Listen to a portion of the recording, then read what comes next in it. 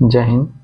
कठिनाई आपके सामने कितना भी क्यों न हो, पर आपको खुद को शांत बनाए हुए रखना है, क्योंकि यही आपकी शांति सबसे बड़ी ताकत है।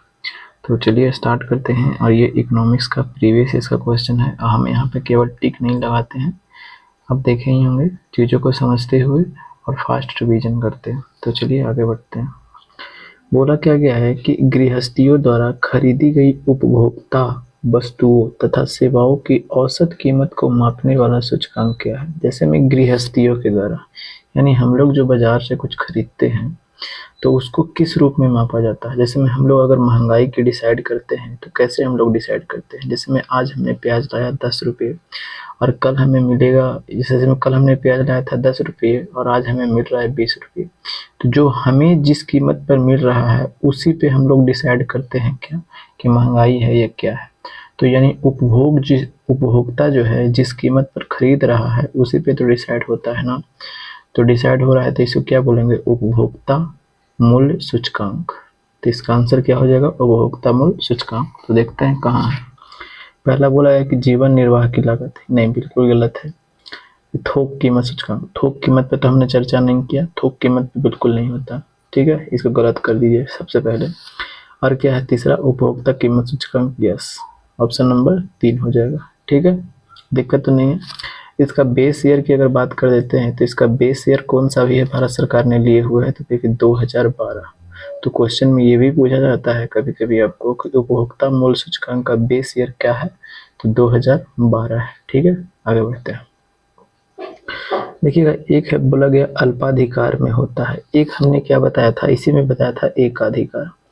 अच्छा, एकाधिकार में क्या था कि एकाधिकार में था कि बाजार में सिर्फ और सिर्फ क्या हो, एक विक्रेता हो, एक क्या हो, विक्रेता हो, यानी बेचने वाला एक हो, ठीक है, और खरीदने वाले कई हों एकाधिकार में। लेकिन अल्पाधिकार में क्या होता है, ये देखिए इसी से आपको देखने को मिल रहा है अल्पाधिकार में कि यानी आपके पास अधिकार कम है, ठीक है। तो इसमें विक्रेता जो होते हैं दो होते हैं, एक तो ये, जैसे मैं भी मान करके चलिए कि एक एयरटेल है और एक जियो है, तो ये हो गया अल्पाधिकार। या तो आप इससे रिचार्ज करवाइए जियो से, या तो फिर आप किससे रिचार्ज करवाइए, या तो आप एयरटेल से करवाइए, दोनों में से किसी से करा सकते हैं। आपके पास अधिकार अल्प है, कम है, ठीक है। तो बाजार में कितने विक्रेता, दो विक्रेता, ऑप्शन नंबर 3, ठीक है। चलिए आगे बोला क्या है कि भारत में राष्ट्रीय आय का आकलन किया जाता है। देखिएगा, राष्ट्रीय आय की आकलन की अगर बात कर देते हैं तो आय का आकलन जो होता है 3 प्रकार से किया जाता है। पहला आय विधि से किया जाता है, आय विधि से, ठीक है, व्यय विधि, यानी तीनों रूप को लिया जाता है, आय, व्यय और एक तो क्या है, उत्पादन, ठीक है। ये तीनों रूप को शामिल किया जाता है, तब आपको राष्ट्रीय आय निकाला जाता है। तो चलते हैं ऑप्शन पर, देखते हैं। इसमें पहला भी बोला गया केवल व्यय विधि, बिल्कुल नहीं। उत्पादन विधि और आय विधि, हमने दो चीज बताया है, आय विधि, उत्पादन विधि और व्यय विधि। अगला ऑप्शन पर हम देखते हैं, इसमें सिर्फ उत्पादन विधि दिया है, खत्म कर दीजिए। इसमें सिर्फ आय विधि दिया हुआ है, तो ऑप्शन के हिसाब से हम कौन लगाएंगे, ऑप्शन नंबर 2, ठीक है। चलिए आगे बोला गया है कि किसी उत्पादक फर्म के लिए अल्पकाल, अल्पकाल मतलब समझते हैं ना, छोटे समय में नियत लागत होती है। बहुत अच्छा क्वेश्चन है, ठीक है, इसको समझिएगा, रटिएगा नहीं, बिल्कुल नहीं, इसको हम समझाएंगे अच्छे तरीके से। नियत लागत समझ लेना, यानी कांस्टेंट, कांस्टेंट आपको क्या है, कॉस्ट, कॉस्ट लागत होता ना है, कांस्टेंट है आपका, नियत है जो, ये है लागत है जो। देखिएगा, जैसे आप मान करके चलिए कि आपने कोई फैक्ट्री लगाया, ठीक है, तो फैक्ट्री लगाया आपने और अल्प समय के लिए बोला है, यानी कम समय के लिए। तो फैक्ट्री जब आपने लगाया है तो उस फैक्ट्री के लिए गए तो कहीं ना कहीं सब जमीन रेंट पर लिए होंगे, तो कहे कि हाँ बिल्कुल रेंट हम लिए, रेंट देते होंगे, तो कहे कि हाँ बिल्कुल देते होंगे। और वो फैक्ट्री जब आपने लगाया है तो उसमें मशीन तो जरूर लाए होंगे खरीद करके, तो कहे कि हाँ बिल्कुल हमको उसमें मशीन भी लगा हुआ होगा, ठीक है। फिर उसके बाद में आप मान करके चलिए मजदूर रखे हुए हैं, कम ही है, चलिए इतना ही, सिर्फ 2 को आप एग्जाम्पल में दे करके रखिए, ठीक है। अब आपने प्रोडक्शन करिए, पहले मान लीजिए कि आप पहले आज, जैसे मैं कल कल जो था, अब 10 प्रोडक्शन कर रहे थे, 10 को वस्तु बना रहे थे, और लेकिन आज जो है आप 20 वस्तु बना रहे हैं, ठीक है। अच्छा, आप एक बताइएगा, प्रोडक्शन आप 10 करिए या प्रोडक्शन आप 20 करिए, समझिएगा चीज़ों को।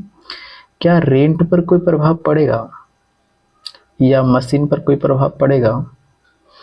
चलिए लागत पे, हम उसकी लागत पे बात कर रहे हैं। हाँ भलो को वो क्या होगा उसकी हम बात नहीं कर रहे हैं।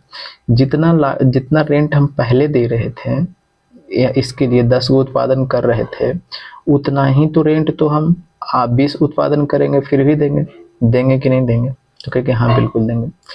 अगर आप मान लीजिए कि आप अब ये जो प्रोडक्शन आपने बढ़ा दिया, और रही बात कि मजदूर को क्यों नहीं लिया, तो वो प्रोडक्शन पर डिपेंड करता है। जैसे मैं आप मान करके चलिए कि आपको ऑर्डर मिला कि हमें 2000 आपको किताब छापना है, तो प्रोडक्शन हो गया।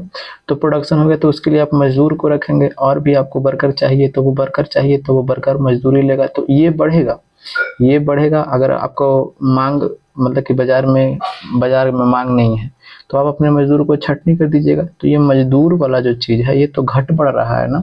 लेकिन रेंट वाला और ये मशीन है, इसका प्राइस तो अल्प समय के लिए, सीधा सीधा बोला गया है अल्प समय के लिए, लॉन्ग समय के लिए नहीं, अल्प समय के लिए। ठीक है, ये वाला तो आपको स्थिर है कि नहीं है? तो कहे कि हाँ स्थिर है। लेकिन ये मजदूरी ये सब चीज़ तो आपको घटता बढ़ता दिखाई पड़ रहा है। समझ रहे हैं ना? तो इसका आंसर क्या हो जाएगा? इस चीज़ को समझना था, इसीलिए हमें इतना टाइम लिया। ठीक है, क्या सदा बढ़ती रहेगी? जी देखिएगा, नियत लागत क्या सदा बढ़ती रहेगी? जी नियत लागत, इसमें तो जो लागत जो हम रेंट पहले दे रहे थे आज भी रेंट हम वही देंगे, तो क्या बढ़ रही है? नहीं, तो ये तो खत्म हो गया। सदा अस्थिर बोला गया है, का सदा अस्थिर रहेगा? नहीं, खत्म हो गया। सदा गिरती रहेगी? नहीं, बिल्कुल नहीं। सदा स्थिर रहेगी और क्या नियत रहेगी। क्या रेंट बढ़ जाएगा? हम 10 गो आज उत्पादन कर रहे थे, कल जाकर 20 को करेंगे तो क्या रेंट बढ़ जाएगा? बिल्कुल नहीं, उतना ही है, अल्प समय के लिए बोला गया। ठीक है, चलिए आगे बढ़ते हैं। बोला क्या गया है कि भारत में 14 बैंकों का राष्ट्रीयकरण किस वर्ष किया गया था? देखिएगा, इंदिरा गांधी की गवर्नमेंट थी। कौन थी? तो कही कि इंदिरा गांधी। अब इंदिरा गांधी जो थी ना, ये राष्ट्रीयकरण करती है। राष्ट्रीयकरण का मतलब समझते हैं? सरकार अपने पास रख लेती है उसे, अपना अधिकार जताती है उस पर। कब की बात है? तो कहे कि 19 जुलाई की बात है। ठीक है, 19 जुलाई कब की बात है? तो 1969 की बात है, 1969 ईस्वी में इंदिरा गांधी जो थी ना, 14 गो बैंकों का क्या कर लेती है? राष्ट्रीयकरण कर देती है। ठीक है, कब की बात है? 19 जुलाई 1969 ईस्वी को 14 गो बैंकों का राष्ट्रीयकरण हो जाता है। ठीक है, फिर उसके बाद में क्या बताया कि 15 अप्रैल, कब की बात है? तो कहे कि 15 अप्रैल और कब? 1980 ईस्वी को 6 गो बैंक का क्या कर दिया जाता है? राष्ट्रीयकरण कर दिया जाता है। अगर हम बात कर देते हैं यहाँ पे जो पूछा क्या गया है कि 14 बैंक ना, 14 बैंकों का प्रमुख राष्ट्रीयकरण, तो कौन सा हो जाएगा इसका? तो कब? 19 जुलाई 1969। तो ऑप्शन नंबर क्या हो जाएगा? तो ऑप्शन नंबर आपका 3 हो जाएगा। ठीक है, समझ रहे हैं ना? चलिए आगे बढ़ते हैं। अब ये बोला क्या गया है कि 1 रुपये के नोट किसके द्वारा जारी किया जाता है? देखिएगा, 1 रुपये के जो नोट होते हैं ना, देखिएगा 1 रुपये के नोट ये किसके द्वारा जारी किया जाता है? तो कि वित्त मंत्रालय के द्वारा जारी किया जाता है। ठीक है, वित्त मंत्रालय के द्वारा। अच्छा, और जो नोट होते हैं वो किसके द्वारा? तो कहे कि आरबीआई के द्वारा जारी किए जाते हैं। किसके द्वारा? आरबीआई के द्वारा जारी किए जाते हैं। अब हम आपको क्या बता रहे हैं कि ये आरबीआई जो एक्ट आया था, कब आया था? तो कहे कि आरबीआई एक्ट जो आया था ना, ये 1934 को आया था, 1934 ईस्वी में आया था। ठीक है, और इसका स्थापना होता है कब? तो कहे कि 1 अप्रैल 1935 ईस्वी को इसका स्थापना हो जाता है। ठीक है, 1 अप्रैल 1935 को इसका स्थापना हो जाता है। और इसी 1935 ईस्वी में आरबीआई को नोट छापने के लिए इसको दे दिया जाता है कि आप नोट छाप सकते हैं। ठीक है, ये आरबीआई को दे दिया जाता है। ठीक है, अधिकार दिया जाता है। पहले इसका मुख्यालय की बात कर देते हैं, तो पहले इसका हेडक्वार्टर कहाँ हुआ करता था? तो कोई कोलकाता। लेकिन 1937 ईस्वी में इसका हेडक्वार्टर कहाँ बदल दिया जाता है? तो कहे कि 1937 ईस्वी में हेडक्वार्टर इसका मुंबई हो जाता है। ठीक है, अच्छा, इसके पहले गवर्नर की बात कर देते हैं, तो कौन थे? तो कि ओसबॉर्न स्मिथ थे। ओसबॉर्न स्मिथ थे। लेकिन प्रथम भारतीय ओसबॉर्न स्मिथ।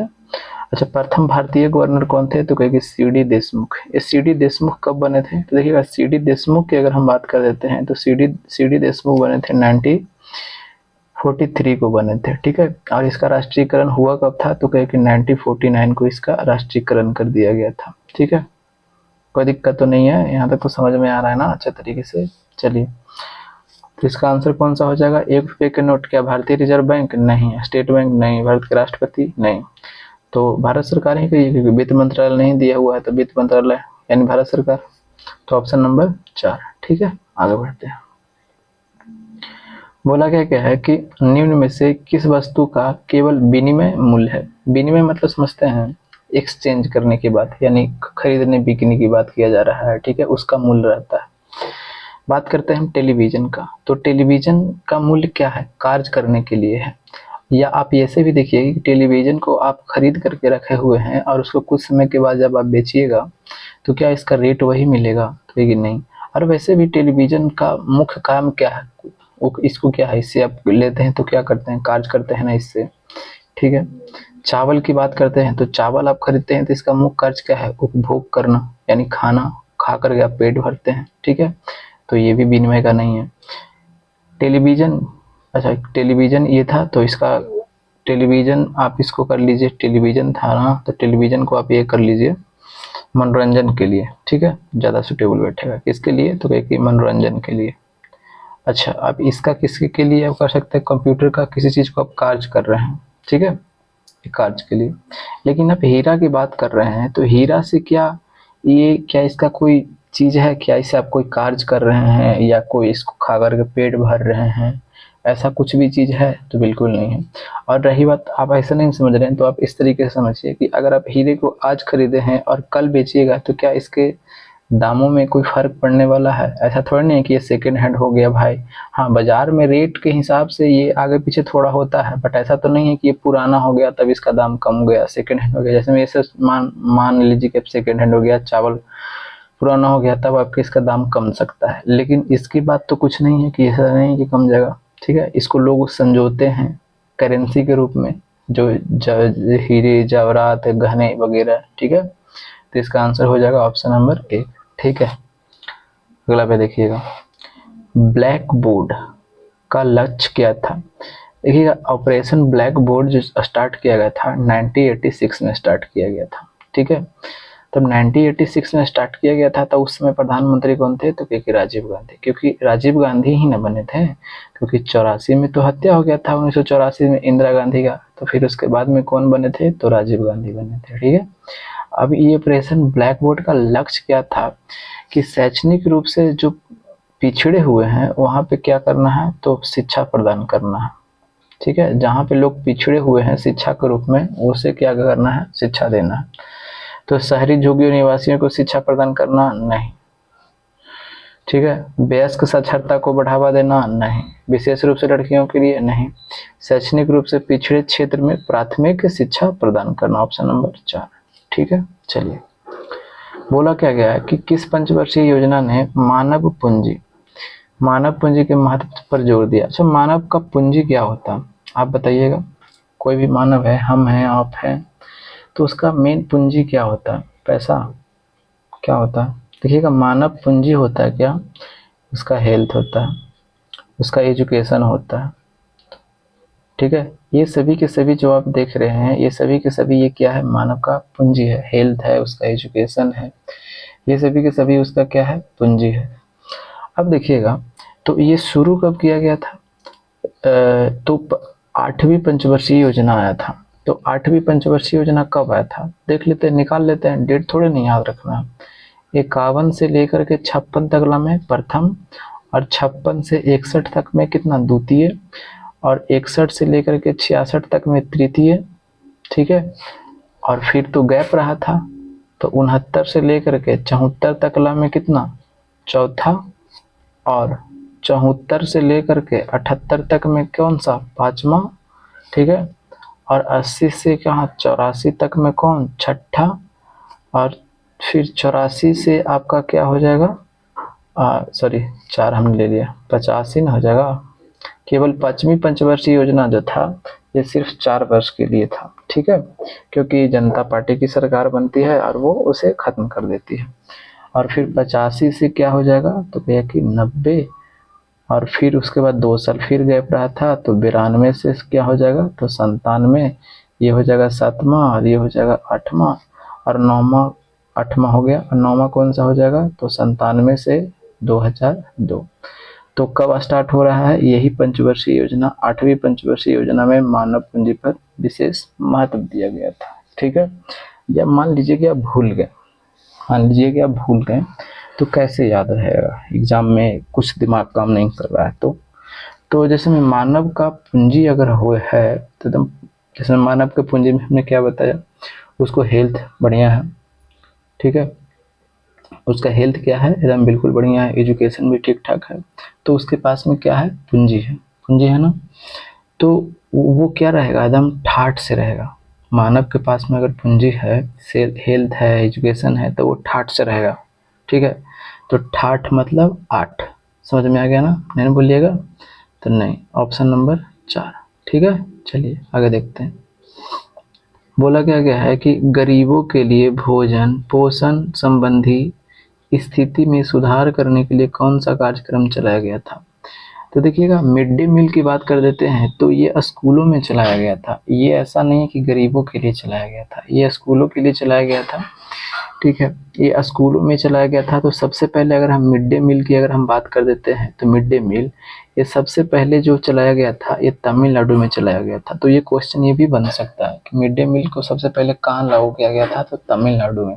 ये कब लागू किया गया था, तो 1962 और 63 में लागू किया गया था। कब, तो 1962-63 में इसको लागू किया गया था।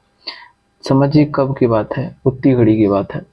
लेकिन इसको राष्ट्रीय स्तर पर की बात करते हैं, यानी पूरे देश में इसे लागू कब कर दिया गया था, तो कहे कि 15 अगस्त 1995 ईस्वी को इसे क्या कर दिया गया था, तो कहिए कि लागू कर दिया गया था। ठीक है, तो उस समय सरकार किसकी थी, तो कांग्रेस पार्टी की सरकार थी।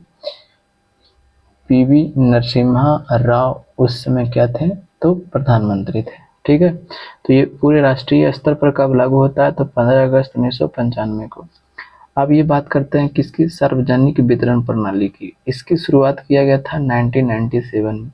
इसका मेन मकसद क्या था कि जो गरीबों है उसके लिए पोषण और भोजन संबंधी स्थिति में क्या करना, सुधार करना। तो इसका मेन लक्ष्य क्या था, सार्वजनिक वितरण प्रणाली का यही था। ठीक है, तो ऑप्शन नंबर इसका क्या हो जाएगा, 2। स्टार्ट कब किया गया था, 1997 में। ठीक है, चलिए अब पूछा क्या गया है कि ये गार्डन सिटी का सिद्धांत किसने दिया था, यानी विकसित किया था किसने। तो ये व्यक्ति कौन है, वो व्यक्ति का नाम है क्या, तो कहे कि एवे नेजर हॉवर्ड। एवे नेजर हॉवर्ड जो थे ये गार्डन सिटी का सिद्धांत दिए थे, किसके लिए, तो नगरी, शहरी नगरी के लिए, ये विकास के लिए क्या दिए थे, सिद्धांत दिए थे। तो ये वन लाइनर का है, इसे आप याद कर लीजिए। ठीक है, क्योंकि पूछा गया क्वेश्चन है तो कहीं भी एग्जाम में आपको ये चिपका सकता है। इसका आंसर हो जाएगा ऑप्शन नंबर 1। ठीक, आगे देखिए। पूछा क्या गया है कि एफसीआई की स्थापना कब हुआ था। अब देखिएगा, एफसीआई की बात कर देते हैं, फूड कॉरपोरेशन ऑफ इंडिया। इसका स्थापना होता है 1964 में, 1964 ईस्वी में। तो कल भी हमने एक चीज बताया था कि क्या बताया था कि भेल, देखिएगा एक ही दिन याद कीजिएगा, नहीं तो वो नहीं याद रहेगा। उस टाइम तो आप याद कर लीजिएगा रहेगा, बट भूल जाइएगा बाद में। ठीक है ना, तो इसीलिए हम कोशिश करते हैं आपको डेली थोड़े थोड़े बताने के लिए। भेल का स्थापना कब होता है, तो कहें 1964 में इसका भी स्थापना होता है। ठीक है, जब भेल आ गया तो सेल को देख लेते हैं।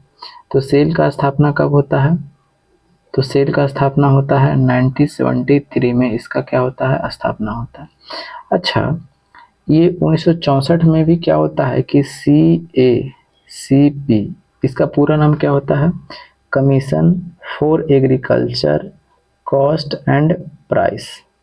Commission for agriculture cost and price ये सिफारिश करता है किसके लिए, तो MSP के लिए, मिनिमम सपोर्ट प्राइस।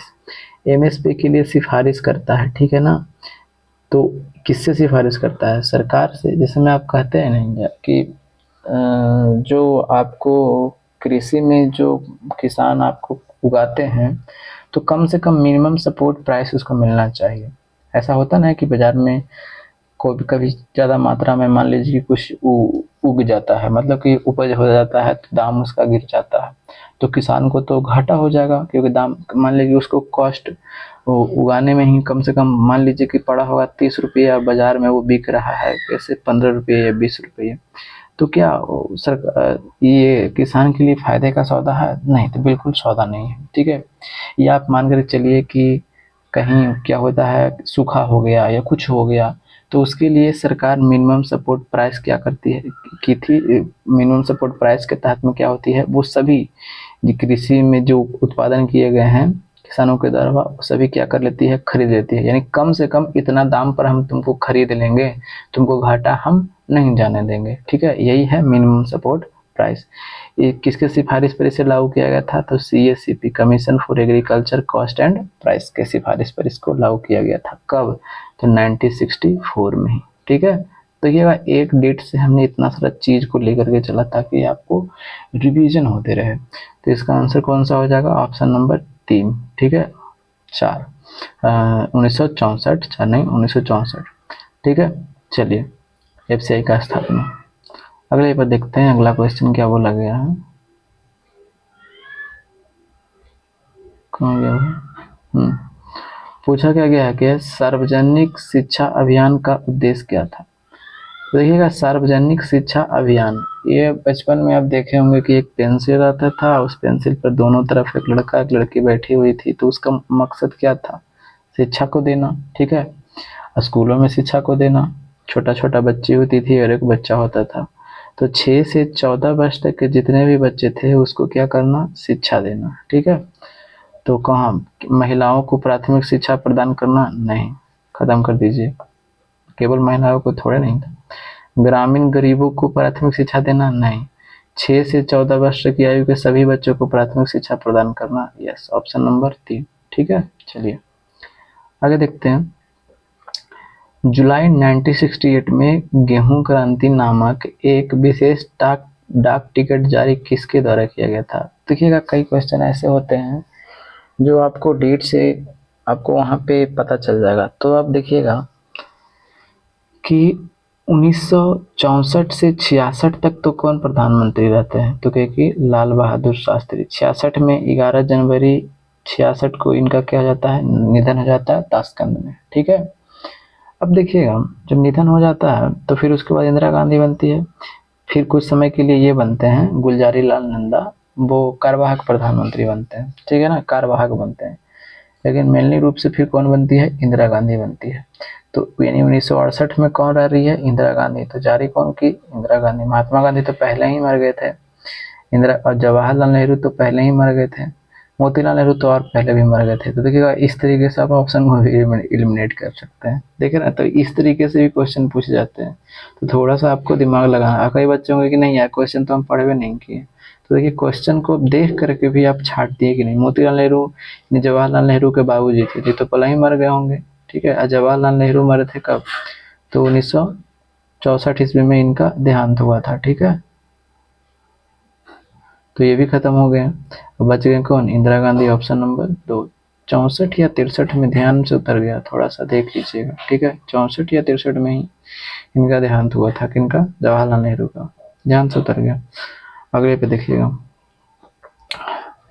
बोला क्या गया है कि निम्नलिखित में से कौन सा एक सार्वजनिक क्षेत्र का उद्यम है? सार्वजनिक क्षेत्र मतलब समझते हैं?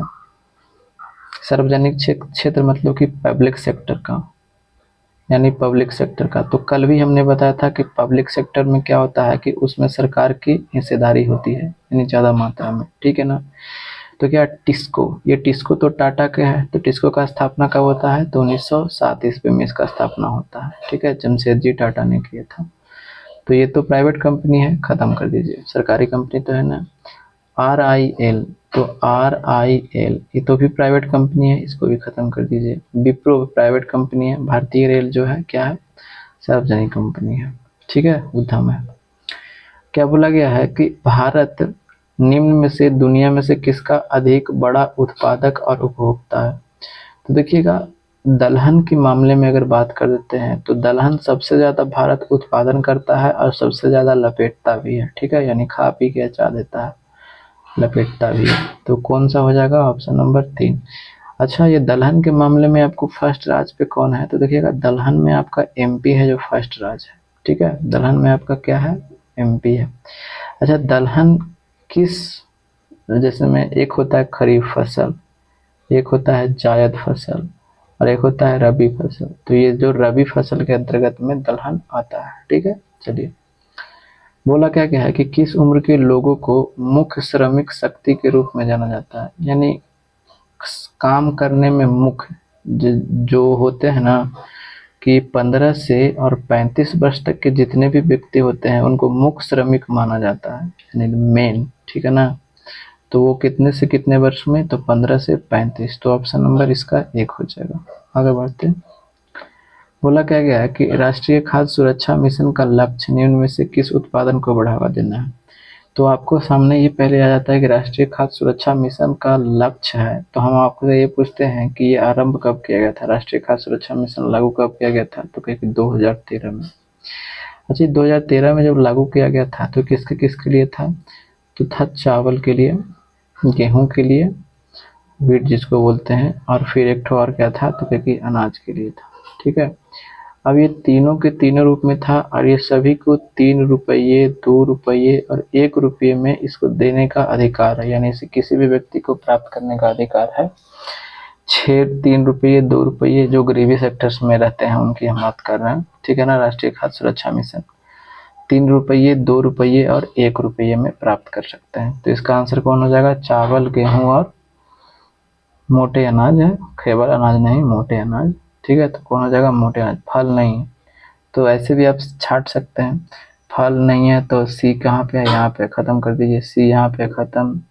ठीक है ना, और दलहन भी नहीं है तो डी कहाँ पे है, यहाँ भी खत्म। आपके सामने ऑप्शन 1 ही आ गया, 2। ठीक है, कौन कौन था, चावल, गेहूं और अनाज।